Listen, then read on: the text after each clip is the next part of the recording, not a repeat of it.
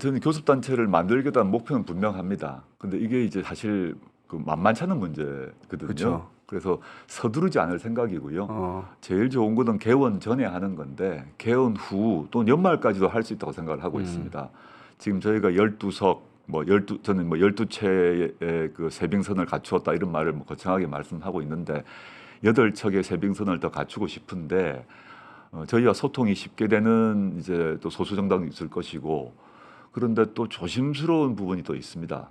왜냐하면 그냥 그 시쳇말로 쪽수를 막 늘리는 데 집중하다 보게 되면 당의 정체성이 흩어질 수 있거든요. 그럴 수 있죠. 그래서 그 문제를 신경을 써야 되고 또 어디 뭐 다른 당에 있는 사람 빼오기 이건 또 얼마나 욕을 먹겠습니까? 그렇죠. 그래서 전 자연스럽게 조국혁신당을 지지했던 분들 또 넓은 의미에서 범민주 진영을 지지했던 유권자들이 충분히 이해할 수 있을 그런 방식, 그런 시간에 원내교섭단체를 만드는 게 좋겠다 생각을 하고 있고 지금 막 이 사람 저 사람 강제로 당겨오고 꼬오고 이런 방식은 아니라고 생각을 합니다.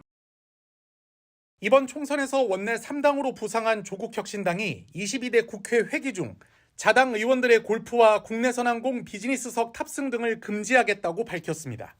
조국혁신당은 지난 15일부터 1박 2일간 경남 김해 봉하연수원에서 열린 당선자 워크숍에서 이 같은 내용을 결의했다고 밝혔습니다.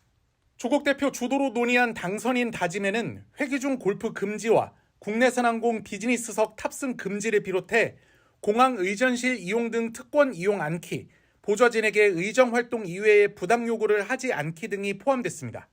또 재산 보유와 관련해서도 주식 신규 투자와 코인 보유를 금지하고 부동산 구입 시 당과 사전 협의한다는 내용 등이 담겼습니다.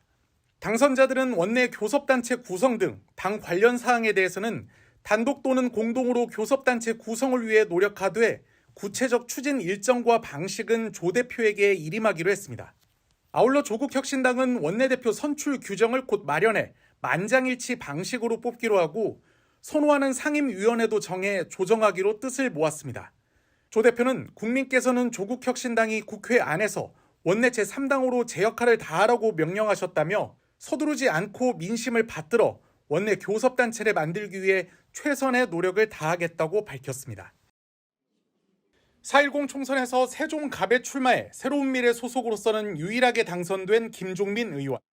김 의원은 오늘 세종시청을 방문해 최민호 시장과 면담한 뒤 기자들과 만나 새미래는 이번 총선에서 지지를 못 받았다면서 제가 세종에서 당선된 것도 당에 대한 지지가 아니라 선거 구도에서 결론이 난 면도 있다고 말했습니다.